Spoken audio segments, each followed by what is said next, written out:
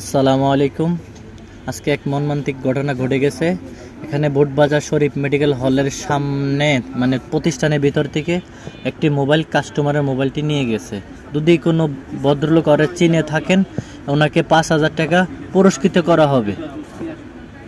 ওনার বেশটা ছিল ভিক্ষুকের মতন, ঠিক আছে? বোঝাই যায় না উনি জানি চুরি করে। দেখেন এই লোকটার মোবাইলটা কিভাবে নিয়ে গেল। অনেকক্ষণ ধরে খাড়াই লইছে, লোকটার মোবাইলটা কিভাবে নিয়ে গেল, চোখের পলকে মোবাইলটা নিয়ে গেল, ঠিক আছে? দেখেন এই লোকটারে কতবার বলছে মানুষ যা যা, যায় না।